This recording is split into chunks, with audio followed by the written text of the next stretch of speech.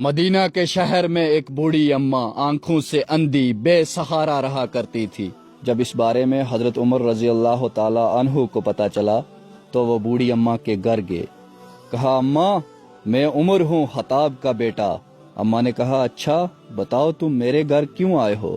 فرمایا، اماں آپ بوڑھی ہو، بے سہارا ہو، آنکھوں سے نابینا ہو، میں آپ کی مدد کرنا چاہتا ہوں۔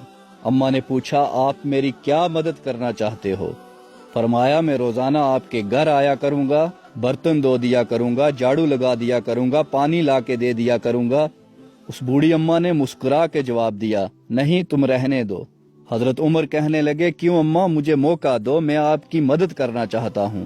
بوڑھی اماں نے جواب دیا کہ پچھلے 3 سال سے ایک آدمی روزانہ یہاں آتا ہے اور یہ سارے کام کر کے چلا جاتا ہے۔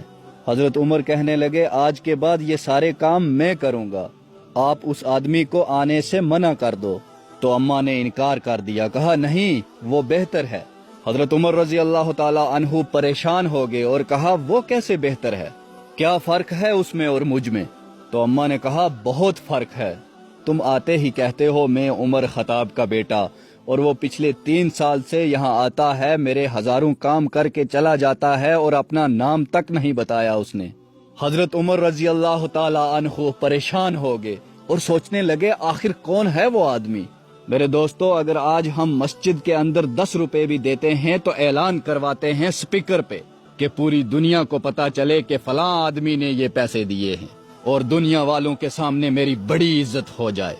اگر ہم کسی کے ساتھ ذرا سا حسن سلوک کرتے ہیں تو پوری دنیا میں ڈنڈورا پیٹنے لگتے ہیں کہ ہم بڑے ہی اچھے ہیں، لیکن جو صرف خدا کی رضا کے لیے کام کرتے ہیں وہ کتنے خاموش ہوتے ہیں۔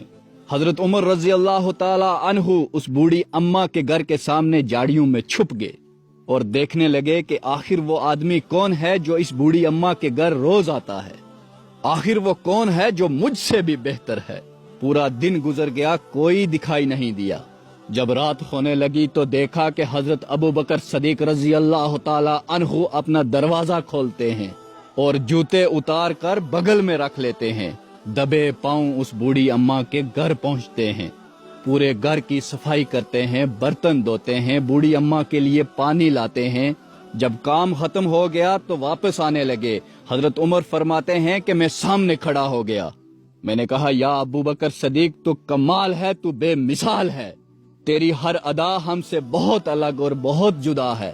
حضرت عمر کہتے ہیں کہ میں نے حضرت ابو بکر صدیق رضی اللہ تعالی عنہ سے پوچھا، یار مجھے تیری ہر بات سمجھ آ گئی، لیکن ایک بات سمجھ نہیں آئی، تم نے جوتے کیوں اتارے؟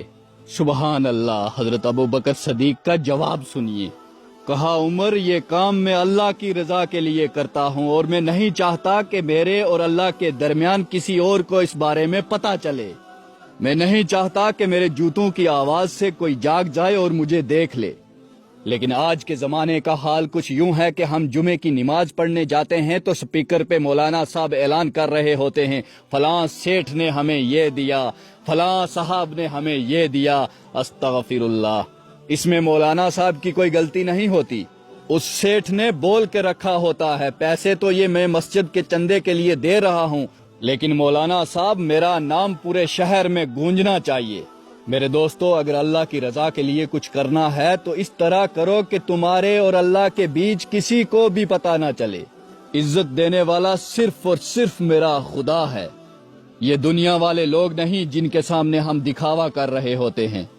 یہ زندگی تو چند لمحوں کی ہے، اس میں رکھا کیا ہے؟ آنکھ جھپکنے سے کم وقت میں ہم ایک جہاں سے دوسرے جہاں میں پہنچ جاتے ہیں، جہاں موت کو بھی مینڈک کی شکل میں ذبح کر دیا جائے گا، پھر موت کبھی نہ آئے گی۔ یہ 50-60 سال کی زندگی سنوارنے کے لیے نہ جانے ہم کتنی غلطیاں کر بیٹھتے ہیں اور بھول جاتے ہیں کہ ہمارا اصل جہاں تو کہیں اور ہے۔